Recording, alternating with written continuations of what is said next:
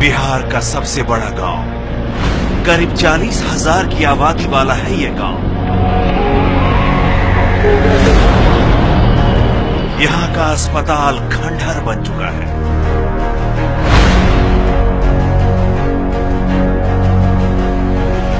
School की इमारत के सिर्फ अवशेष रह गए हैं। करीब 30 साल से यहां बिजली नहीं आई है। वर्षों से यहां लोगों को सरकारी पंप से पीने का पानी नहीं मिला। एक ही जाति के 80% लोग रहते हैं इस गांव में। उन्हें ब्राह्मण होने की मिल रही है सजा। बिहार के मुजफ्फरपुर जिले के एक गांव का विकास करीब 40 साल से रुका हुआ है। गांव वालों का आरोप है कि गांव की तरक्की इसलिए नहीं हो रही है क्योंकि गांव के ज्यादातर लोग ब्राह्मण जाति से आते हैं और जाति के आधार पर उनके साथ भेदभाव किया जाता है।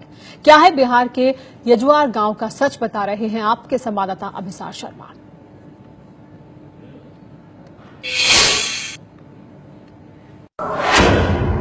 बिजली नहीं याद यजुआर में मध्य पंचायत में तेकरा बाद अहाँ सब देख ले सरकार के पलटी हम सब फेन चुनाव करब। आई बार में बिजली आ जाना चाहिए।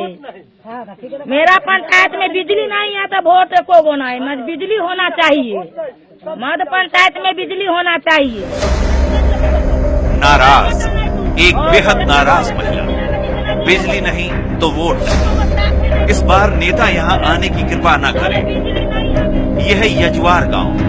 यजुआर मुजफ्फरपुर जिले का सबसे बड़ा गांव और शायद बिहार का भी।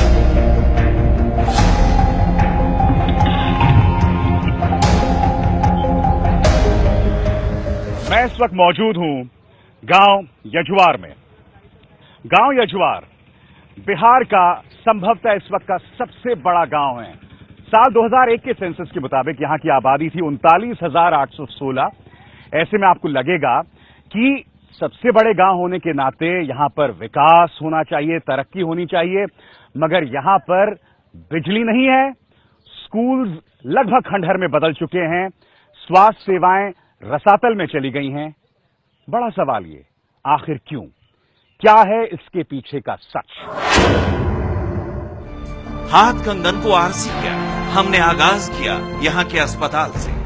एक इलाका जो होता है वहां का अस्पताल बहुत मायने रखता है क्योंकि यहां पर बीमार लोगों को लाया जाता है, मगर यहां का जो एकमात्र अस्पताल है उसको जाने का आप रास्ता देखिए।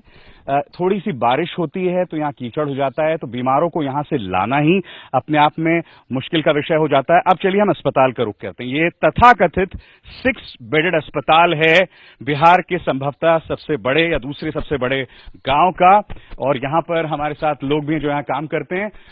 मैं आपसे जानना चाहूंगा ये कितना बड़ा अस्पताल है? ये 6 बेड का अस्पताल है सर। क्या सुविधाएं मौजूद है? क्योंकि मुझे तो बिल्कुल ही बहुत ही खंडर जैसा लग रहा है। कोई सुविधा नहीं है, घर का छत गिर रहा है, कोई सुविधा नहीं है सर। न एक टैबलेट है यहाँ, एक वायरस घोल है, उससे तो अस्पताल चलता नहीं है। मेरे डॉक्टर साहब बैठे हुए हैं, 1% नहीं आता है सर। यहाँ पर यूज्ड मेडिसिन यानी कि जो मेडिसिन का जो इस्तेमाल हो गया है वो मेडिसिन यहाँ पड़ी हुई हैं, यानी कि यहीं पर इलाज भी हो रहा है, यहीं पर मेडिसिन भी पड़ी हुई है, तो किसी का ध्यान ही नहीं जा रहा है।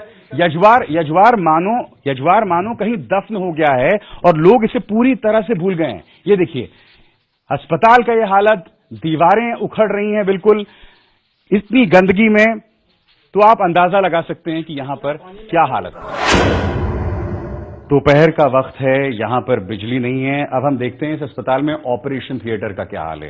ये देखिए इसी अंधेरे से हमें होकर गुजरना पड़ रहा है, और ये जो है ये संभवतः इसका ऑपरेशन थिएटर है, मगर ये देखिए यहां पूरी गंदगी है हर जगह पर। इसे ऑपरेशन थिएटर का नाम दिया गया है, और मैं नहीं जानता हूं यहां पर किस तरह का ऑपरेशन होता है। डॉक्टर कादरी, यहां क्या होता है? यहाँ ऑपरेशन वगैरह नहीं होता है, कुछ नहीं होता है। ये किसी पहले हुआ करता था कभी, अब मैं जब से आया हूं तब से कभी कुछ यहाँ उस तरह की कोई चीज नहीं ऐसी हुई है, क्योंकि ये जगह सुरक्षित नहीं है। यहाँ पर चाहिए क्या कहते पुलिस स्टेशन या इस तरह की चीज चाहिए जो कि यहाँ सुरक्षा हो सके। आसपास पुलिस स्टेशन भी नहीं, इस पास यहाँ पर नहीं है। अस्पताल के तजुर्बे से किसी तरह बचकर हम पहुंचे यहाँ के एकमात्र स्कूल की ओर। यहाँ भी वही दास्तां गूंज रही थी। बिहार के सबसे बड़े गांव यजुआर के तथाकथित विकास का पहला प्रमाण मेरे पीछे है। मेरे कैमरामैन अजीत चाको के कैमरे के जरिए आप देखने वाले हैं कि अब एकमात्र स्कूल जो है वो खंडहर में तब्दील हो चुका है। आप देख सकते हैं कि बाकायदा यहाँ पौधे उगे हुए हैं, साइकिल्स यहाँ पार्क की जाती हैं और पढ़ाई जो होती है, अगर मैं आपको बाहर ले चलूं तो पढ़ाई होती है इस कम्युनिटी हॉल में, ये जो आप सामने देख रहे हैं। और उस कम्युनिटी के हॉल के जो साथ एक स्ट्रक्चर है, दरअसल ये यहाँ पर +2 यानी कि 11th और 12th 11वीं और 12वीं की पढ़ाई होनी है, मगर चूंकि यहाँ टीचर्स नहीं है लिहाजा यहाँ पढ़ाई नहीं होती। पढ़ाई टीचर नहीं है, बच्चे लोग देख रहे हैं, बच्चे लोग घूम रहे थे, आप लोग आए तो ये खंडहर में तब्दील हो गया है, हम देख रहे हैं यहाँ पर पीछे।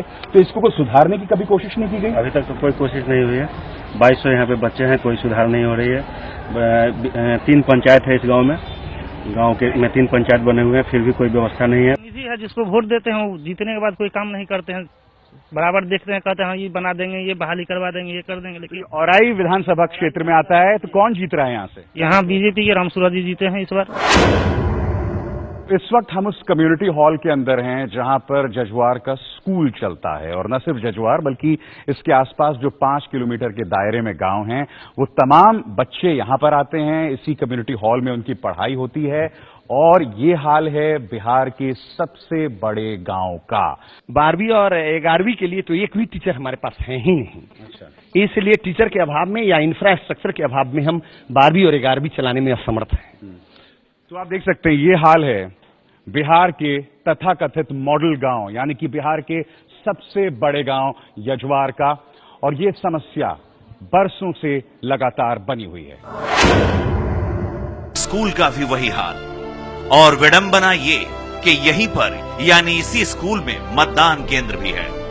अभी बिहार के संभवतः सबसे बड़े या दूसरे बड़े गांव में विकास की दास्तान ऐसी क्यों है, इसकी पड़ताल तो हम करेंगे ही, मगर अभी हमें इसके मर्म तक पहुंचना पड़ेगा। ये जानना होगा कि आखिर क्यों इतने बड़े गांव होने के बावजूद क्यों इसे नजरअंदाज किया जा रहा है। हमारे साथ इस गांव के कुछ गणमान्य लोग हैं।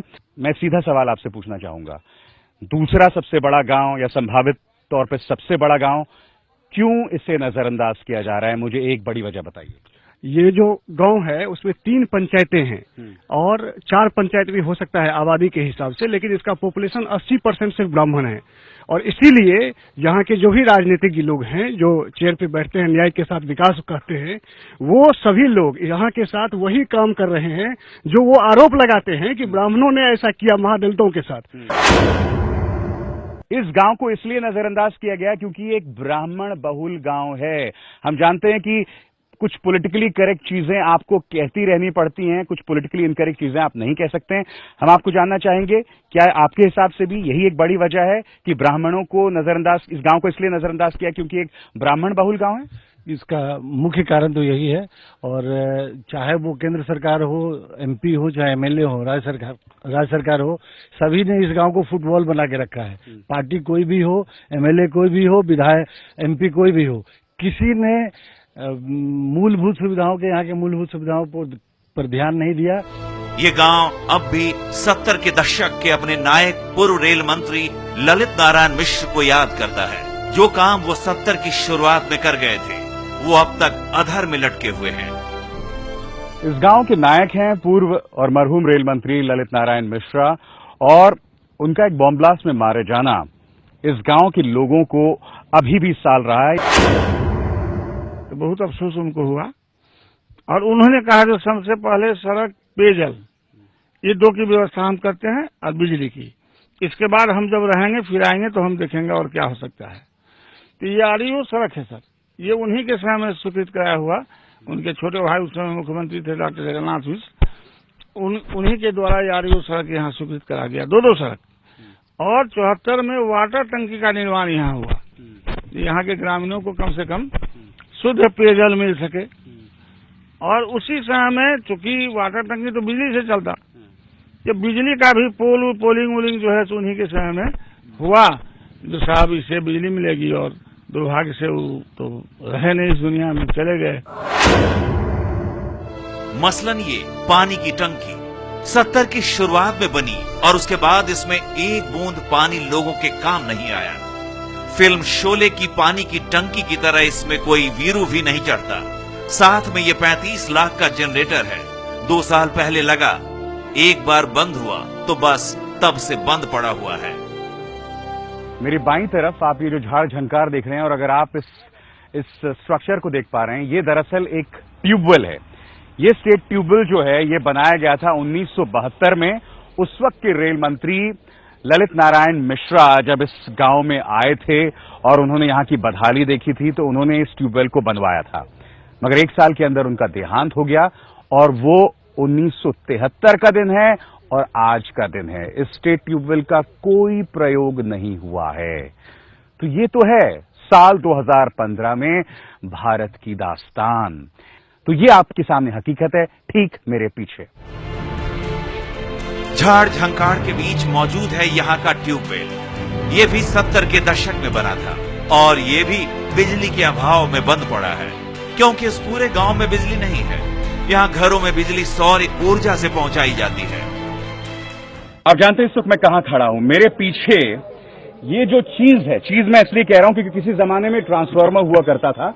इसकी स्थापना 1974 में हुई थी। मकसद ये था कि गांव को बिजली मिले, मगर आप देख सकते हैं बाकायदा बेल पत्तियां उगाई हैं, तो इससे आप अंदाजा लगा सकते हैं कि इसका क्या प्रयोग हो रहा है। वाकई शर्मनाक स्थिति है। ट्रांसफार्मर पर बेल उगाई हैं और ऐसे में लोगों को बिजली क्या मिल रही होगी? बिजली जो आ रही है वो सोलर पावर, सौर ऊर्जा के जरिए आ रही है। ख्याल से आपने पूरी उम्र इस गांव में गुजारी है। क्या किस तरह से महसूस करते हैं आप? गांव की समस्या सबसे पहले तो 12मासी सड़क से हम लोग जुड़े हुए नहीं हैं। प्रखंड मुख्यालय यहाँ से 10 किलोमीटर की दूरी पर है और बीच में कोई रास्ता नहीं है। हम लोग 60 किलोमीटर की दूरी तय करके प्रखंड मुख्यालय जाते हैं और जिला मुख्यालय से तो जुड़ना शायद हमको बुझाता है जो ये असंभव सा लगता है।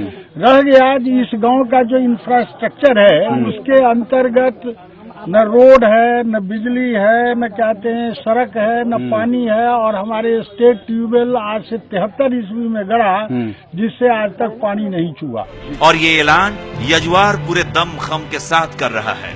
ऐसे कई ऐलान या पोस्टर्स आपको इलाके में दिख जाएंगे, मगर बड़ा सवाल यही कि क्या जातिगत सोच से हमारे राजनेता ऊपर उठ पाएंगे?